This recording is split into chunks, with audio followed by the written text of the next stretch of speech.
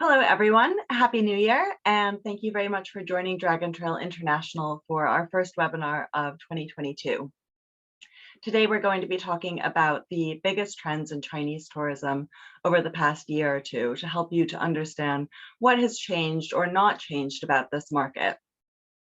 This is intended to help you to hone your marketing strategy and product development to best suit the Chinese outbound travel market when it returns.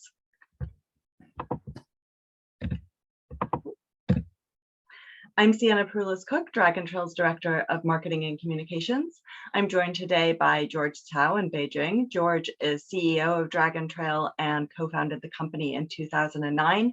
He also has more than 2 decades of experience in the travel and tech industries, both in China and the US. On today's agenda, we are going to start with some thoughts from George about overall marketing and business strategies and how to optimize these for the coming years.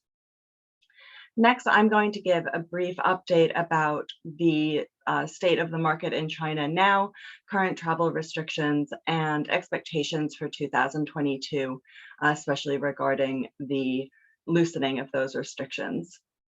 We'll then talk about 9 of the top trends in Chinese tourism that we've seen over the past couple of years, as well as how to respond to those trends. And how you should get ready for the return of Chinese tourists. At the end of the webinar, we will have time for a Q&A session. Please do feel free to send in any questions that you have at any point during the webinar using the Q&A button on your Zoom control panel.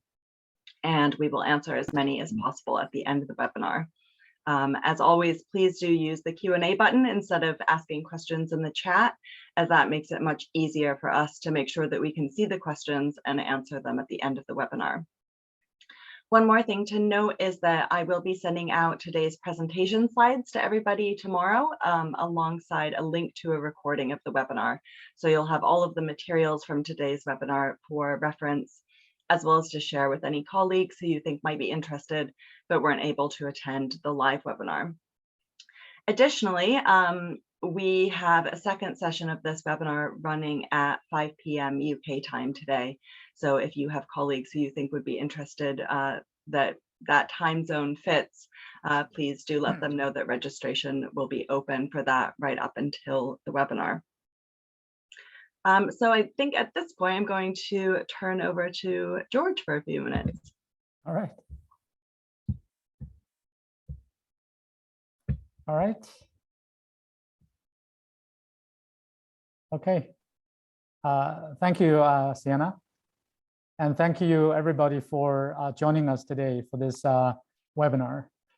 Just a very quick introduction on Dragon Trail, where a marketing agency based in China, and we focus on the China outbound travel market. And we also specialize in digital marketing, social media, web development, and things like that. We've been doing this for the past 12 years and have focused exclusively in the travel space, serving NTOs, DMOs, hotel companies, cruise companies, rental car companies, attractions, and things like that.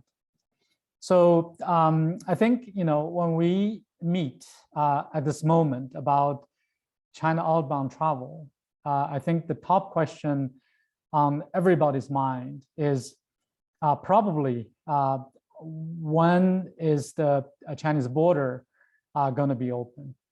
When will China outbound travel start to flow again?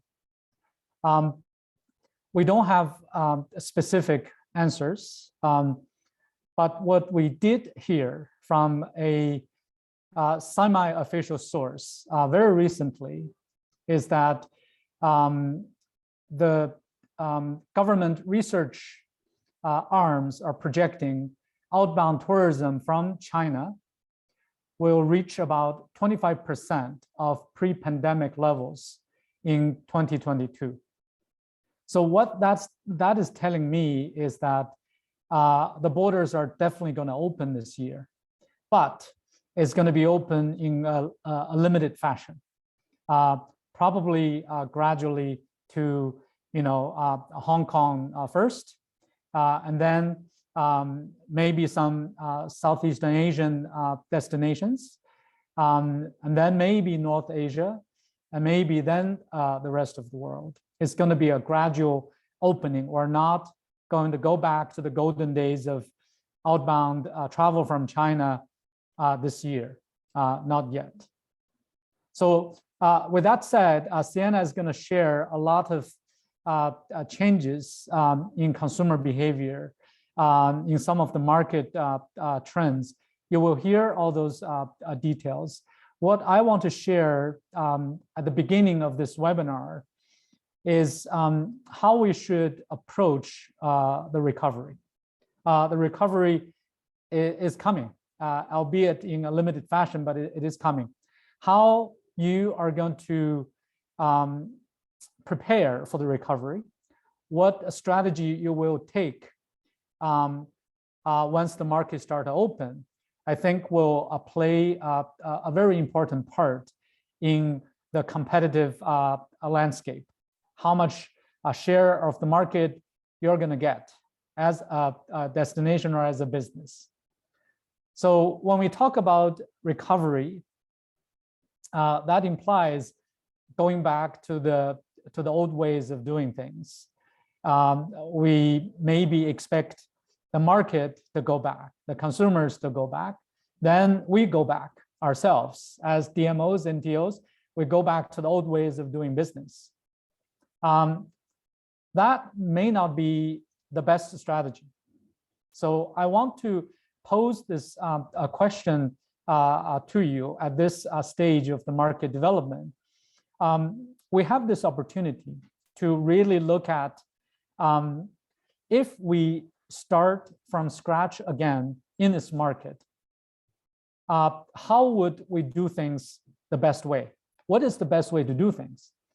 Are there anything in the past that we've been doing that can be changed?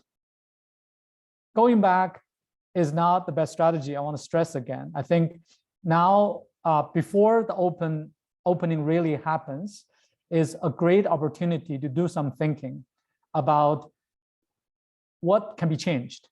You know, when you write your next RFP, are you going to just, you know, dust off the previous RFP and just issue that to the market? Or are you going to be putting in specific requirements for changes of doing things, for innovations, right? The consumers have changed. As Sienna will share, FIT travel and small group travel, this trend has accelerated tremendously. A lot of the large group operators you've been working with may not be as important as before. So consumers have changed, and as a result, the travel trade has also changed. How are you going to change? I think that will be one of the most important questions for everyone to think about and to get ready for over the next month, right? As part of that thinking process, I think it also be important to maybe conduct some research of your own. We're sharing general market trends. We're sharing, you know, general changes in the Chinese travel trade. But what are specific changes in your segment of the market that might also be worth finding out, right? Your segment of the consumers, your segment of the source market, what are some of the specific changes towards your destination that might be worth finding out as, you know, material input into the thinking process for the next phase of the strategy. So with that said, I'm just going to hand over back to Sienna to go through the specific changes and the must-know trends for the market.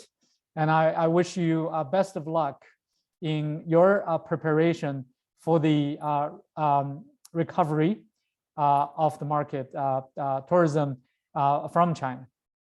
Thank you again for joining us today. Sienna? Thanks, George. So let's see. Okay, here we are.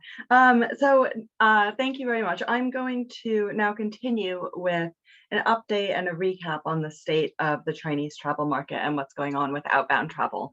And George already covered a little bit of this, so I'll go through some of it briefly, but there's some specific dates and information that might help you to kind of catch up with exactly what the situation is like now and what to expect. So domestically, China's tourism market started to recover already by the spring of 2020, just when the rest of the world was starting to go into lockdown. And despite COVID-related setbacks from time to time, it has remained the world's most resilient travel market during the pandemic period. But during this time, of course, there's been next to no outbound tourism. So of course, as George said, the big question that everybody wants the answer to is, when are Chinese tourists going to start traveling internationally again? So as we've said, this year, 2022 should be the one, but of course the question remains exactly when and to what extent. And really nobody knows the precise answer to this, but we can definitely make some educated guesses. So first of all, we're going to have to wait until after the Olympics and the Paralympics.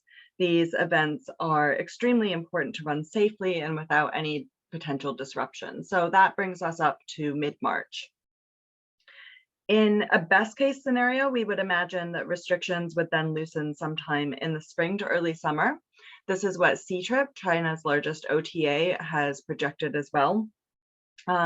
We also have the comments from the China Tourism Academy from the beginning of this week, projecting that outbound and inbound travel will recover to 20% of 2019's level in 2022. So that is a very good indication about the reopening this year. However, to be totally transparent, there are a couple of upcoming events and scenarios that could cause a delay in this. First, there are the Asian Games in September, as well as China's 20th National People's Party Congress in October into early November. Events aside, what I think is going to be very important is to see what happens in the rest of the world in terms of variant and pandemic control. The pandemic has been full of surprises so far, as you all well know, but hopefully we are reaching the point where things are starting to wind down in terms of severity. Vaccines are growing around the world, and hopefully we should start to get things under better control this year. But what exactly is the situation right now for outbound and inbound travel from China? For nearly 2 years, outbound group tourism and travel packages that include a minimum of a flight and hotel booking together have been officially banned. However, individual travel has never been banned. It has been officially discouraged, but an independent Chinese tourist could technically get on a plane and go to a destination that's accepting Chinese tourists tomorrow. However, there are many reasons that are preventing people from doing that. One of the biggest issues is quarantine on return. So this is a minimum of 14 days in a centralized facility, and it has to be self-financed. So most people are not going to spend the time, money, or kind of effort that it takes to do this unless that travel is absolutely essential, so not just tourism. Second, flights are very limited. International flights to and from China are just over 2% of the volume that they were before the pandemic. And this means that flight tickets are extraordinarily expensive, and flights into China are also very often canceled at the last minute because of imported COVID cases. Thirdly, if a traveler doesn't already have a passport or their passport has expired, it's almost impossible to get a new one for any non-essential travel purposes.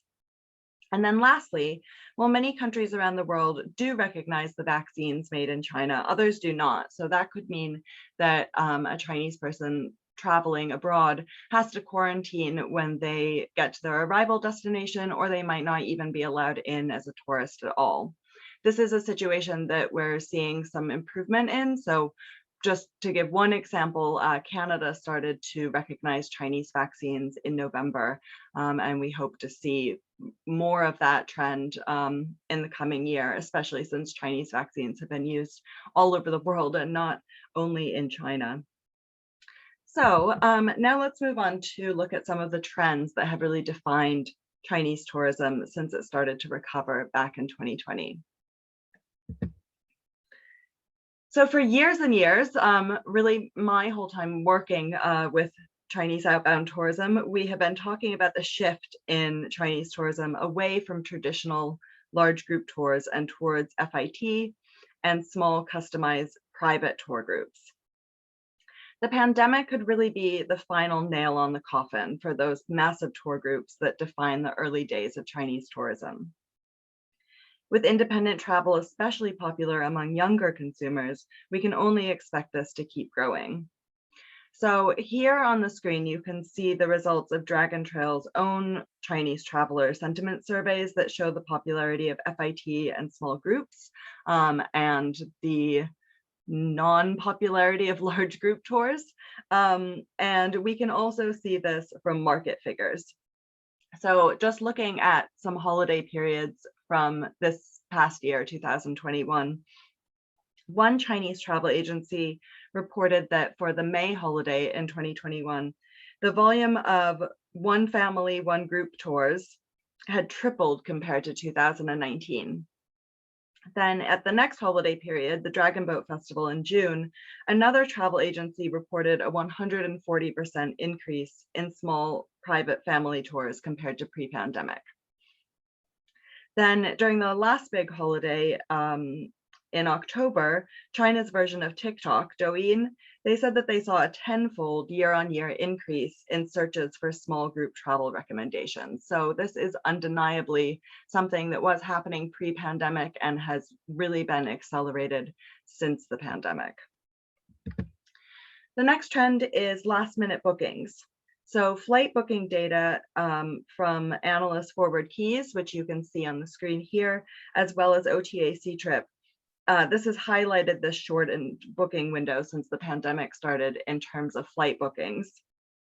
Ctrip also reports that the window for bookings for hotels has shortened a lot. They said that in 2021, 60% of mainland hotel bookings were made the same day as check-in. So one question here to ask is this last minute trend going to calm down post-pandemic? Is this something that we're just seeing now and will change?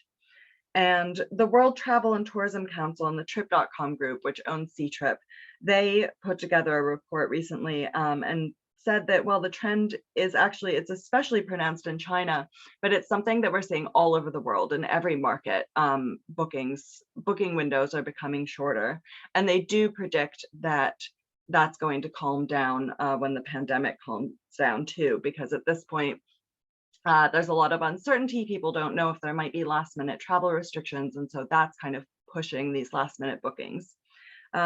However, I would say that it's important to be ready for shorter booking lead times from the Chinese market, especially at the beginning of the recovery period.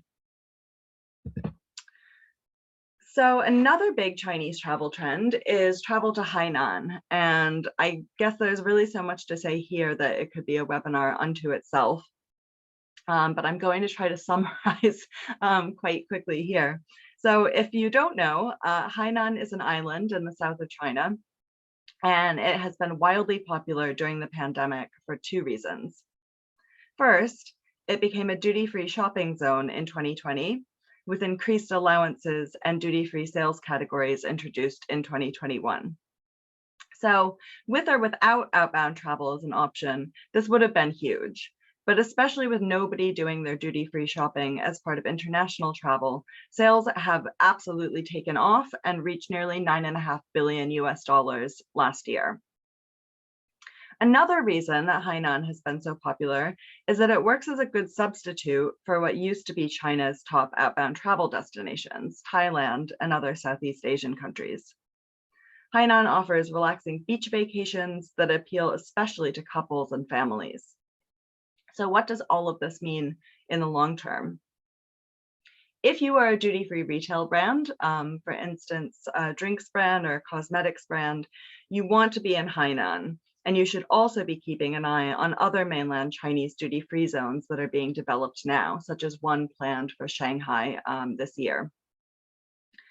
For brands that want to attract Chinese to their overseas shops in the future, that means with the competition from Hainan that you are going to need to think more than ever about how to make that appealing. That means things like enhancing the in-store experience so that it's something very special to shop outside of Hainan in your destination, and introducing more exclusive products that could only be purchased in a certain place. For destinations, so tourism boards here, if you are a big shopping destination that's long haul, such as France or the US, for instance, please don't forget that Chinese travelers are very unlikely to be flying halfway around the world just to do duty-free shopping. Hainan shops are not going to destroy the appeal of visiting a European village or going to see the Grand Canyon. So in that way, for tourism boards in those kinds of destinations, I don't think that Hainan poses big competition. That said, short-haul destinations that are known for shopping, such as South Korea or Hong Kong, could be more affected. They will need to think about marketing and ways to attract Chinese visitors for reasons other than shopping. For beach and resort destinations, so Thailand, for example, there's also going to be more competition from Hainan now that this has really developed as a place that Chinese travelers are comfortable with going to and have good facilities for tourism. So those kinds of beach and island destinations may need to consider how to position themselves to appeal to more adventurous travelers who will be really seeking to travel beyond mainland China when it's possible to do so again. And in marketing, they also may want to play up the kind of positive aspects or advantages of not being in China. So this includes promoting local authentic cuisine or cultural activities or attractions that simply aren't available in Hainan.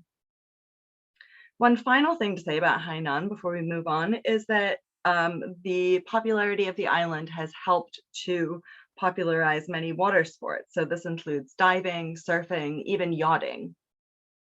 While that might pose some competition with other destinations that provide those same kinds of activities, at the same time, it has probably created more enthusiasts in those areas than there were before. And so in that way, it offers opportunities as well with those travelers who are going to want to keep doing those kinds of activities once they can travel overseas again. So the next trend to talk about, it's a little bit smaller than Hainan, but I think it serves as an excellent example of tourism product development and marketing. This year, tourism destinations in China started coming out with uniquely shaped ice creams to match the destination or attraction. This is a trend that you could literally copy. So for example, having Sydney Opera House or Mount Fuji ice creams.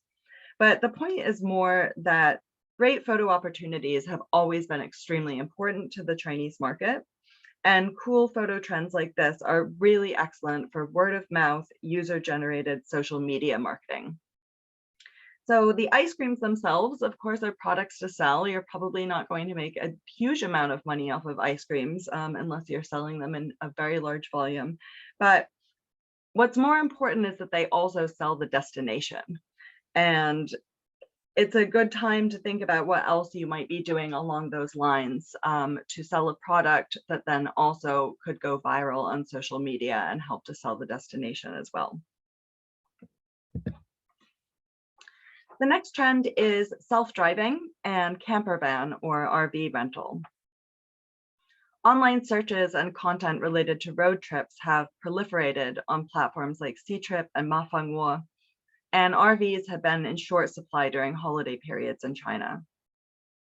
For destinations where self-driving was already very popular, such as the US or Australia, this is of course something to take advantage of. But other destinations that might not be so well known in China for self-driving and road trips should think about creating guides to inspire future trips. Also, RV and car rental companies should make sure that they're ready to work with Chinese travelers. Now we get to what I think was really the Chinese travel trend of the year in 2021, which is glamping. It really took off for fashionable young people and families alike, and it sparked a boom in camping-related companies in China since 2020. But the kind of camping that is attracting investment and filling up social media in China right now, it's not the rough kind of hammer in your own tent stakes wilderness adventure camping that you might think of in other countries. These campgrounds, they're super comfortable, they're fully catered, and they provide everything from insect repellent to blankets to even projector screens so that you can watch movies while you're camping. At some of the campgrounds, part of the experience is that the campground staff will actually set up your tent for you while you stand there and photograph it or film it to put on social media. Prices for these kinds of campgrounds can be quite high too, quite similar actually to staying in a nice hotel in the city. So the reason that people are going is for the outdoor experience rather than finding a cheap way to travel. So if you are marketing or selling camping to Chinese tourists in the future, it's important to be very aware that their expectations for the experience could be very different from traditional camping in the West. And this might mean either that you need to provide a more complete glamping package, or that you need to provide very detailed information about what is and isn't included to avoid disappointment. Now, surfing is something that really took off this past summer in China, and it has great potential for overseas destinations. Part of the new popularity of surfing is not related to the pandemic at all. Actually, surfing became identified as an Olympic sport in 2020, and since then it's received official support in China. So it's probably something that was going to be rising in popularity anyway. But there's also the factor that people who are limited to domestic travel have been looking for new experiences these past couple of years, and surfing is one way to get a new experience. So far, the surfing market in China is largely female, and as with skiing, you're going to want to think about catering to a mostly beginner's market. Now, next up is theme parks. This was the top travel activity of 2021 for China's Generation Z. The opening of Universal Beijing Resort was one of the biggest tourism developments in China in the second half of the year, and plans to expand the park and its accommodation considerably are already underway. Shanghai Disneyland has also continued to do well. It celebrated its 5th birthday last year, and Shanghai Legoland is being constructed now. China was already driving the growth of Asia's theme park market before the pandemic, and it's definitely continuing to reach new heights. Now, the last trend to discuss is live streaming. And this is not new for 2021. It was arguably China's top tourism, or at least tourism marketing trend for 2020. But it has continued in 2021, and it remains the best and easiest way for Chinese to travel overseas now, to do so virtually. International live streaming has received a lot of support from platforms such as WeChat channels, Weibo, and Douyin. And in 2021, Dragon Trail helped to produce the first ever destination live stream from the Americas on WeChat channels from Peru, as you can see some screenshots of here. And we also worked with Douyin and TikTok on a week-long live streaming event from Kenya. So what do all of these trends mean for outbound destinations and businesses? Should you expect radically different Chinese travelers in 2022 than the ones that you saw in 2019? What adjustments or developments are you going to need to make to suit these new trends? So as you've seen, there have been new developments, especially looking at things like FIT, but I wouldn't overestimate the transformative nature of the pandemic. Chinese visiting Rome are still going to want to see the Colosseum. Those that go to Peru are still going to want to see Machu Picchu, and so on. Dragon Trail has been polling Chinese travelers since the start of the pandemic, and we have found that priorities for outbound travel have not changed wildly. There may be a lot of interest in nature now, but actually that was always something that appealed to the Chinese outbound travel market. And we see that visiting landmarks and trying local foods are still the top priorities. So this is survey data from March of 2021. Then moving forward to September of 2021, so a little bit more recently, another sentiment survey that we did, we still see that food and landmarks are at the top of the list, with outdoor environments like beaches and mountains. Priorities for travel are also going to differ depending on the destination. Our November China Travel Market Monitor survey found that nature and culture were the top priorities in general for all kind of outbound travel. But culture was extra important for travelers who planned to go to France, and duty-free shopping was more important for those who wanted to go to Japan. So it can therefore be really important to understand the appeal of your particular destination. And that's something that you can do with Dragon Trail research by joining an upcoming China Travel Market Monitor survey or commissioning bespoke research. I'd also like to note that so many of the new trends are actually things that we were already seeing in Chinese travel prior to COVID. They've merely been really accelerated over the past couple of years. So one example here is camper van holidays. They were already taking off in Australia 5 years ago, as you can see from this chart. And actually, camper vans were already selling out in China in August 2019, similar to how they've been selling out in the summer months the last couple of years. So of course, this is similar with trends like the growth of FIT, as well as outdoor tourism. So don't forget with outdoor tourism that Ctrip was selling what they called fresh air travel packages to visit natural places in Canada as far back as 2016 or even earlier. So here I just wanted to share some examples of how tourism marketers are already picking up on these trends. It's really important to tap into these trends and plant the seeds of inspiration now before recovery begins to make sure that when outbound travel restarts, you're going to be in a good competitive position, because it is going to be a very competitive market when it starts to come back. So here you can see tourism boards all around the world promoting glamping.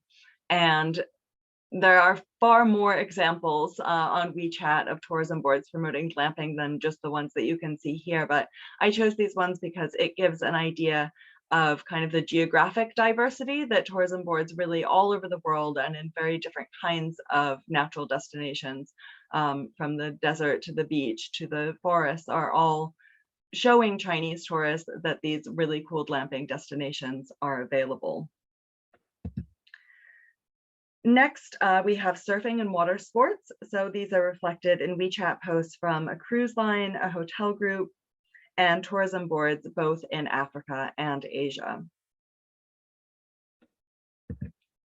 For theme parks, the Japan National Tourism Organization has published several articles about theme parks in Japan, but that's certainly not all you can do to kind of tap into that trend.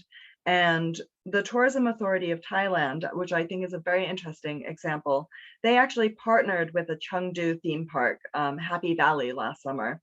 And they ran a 2-month Thailand promotion in this theme park, which was visited by many Chinese tourists. So this was offline marketing for tourism and then transferred to online marketing, as you can see, because they featured that event on their WeChat post. So I think that you should have some good ideas already for product development from the trend section of the webinar, but I wanted to give some more suggestions based on those. So first of all, offering Chinese-friendly car or RV rental services and road trip guides. This could mean things like providing guides in Chinese about local traffic rules, for instance, as well as recommended itineraries. Next, developing camping and glamping facilities for the Chinese market. Marketing outdoor destinations and activities. Developing packages for smaller groups. Promoting surfing lessons to the Chinese market, including potentially finding Chinese-speaking instructors. Coming up with ideas for creative local souvenirs and photo opportunities that will drive user-generated content on social media. And lastly, the promotion of theme parks in your destination, including, and this would including local theme parks as an option on tour itineraries for families or younger travelers. Finally, it's a good time to get to know what Chinese travelers are going to be expecting from tourism products. And our research sheds some light on this, with sanitization protocols in first place, followed by convenience and pricing. And we'll be speaking more about these expectations from the Chinese travel market in our next webinar, which I'm going to introduce now before we go to the Q&A section. So the next webinar will be coming up on the 23rd of February, and we will be running it together with the leading B2B outbound travel exhibition that was always held in Beijing, and it will be held online in the coming year before it moves back to Beijing, COTTM. During the webinar, we'll be discussing or presenting research on Chinese traveler and travel agent expectations, as well as opportunities to reconnect with the Chinese travel trade from this year and beyond. So registration for that webinar is already open. You can get to it by the link on the slide here, which will be sent to you with the rest of the presentation slides tomorrow. And you can also find the event and registration link on the event section of the Dragon Trail website. For those of you who are looking for more information, especially information that is very specific to your destination or your area of business, please do get in touch with us or check out on our website to learn more about the China Travel Market Monitor. This is a monthly cost share survey of Chinese outbound travelers, and it's an excellent way to get fresh insights and really hone your approach to make sure that you get it right for the start of recovery. So thank you very much for your time, everyone, and we're now ready to start answering your questions in the Q&A.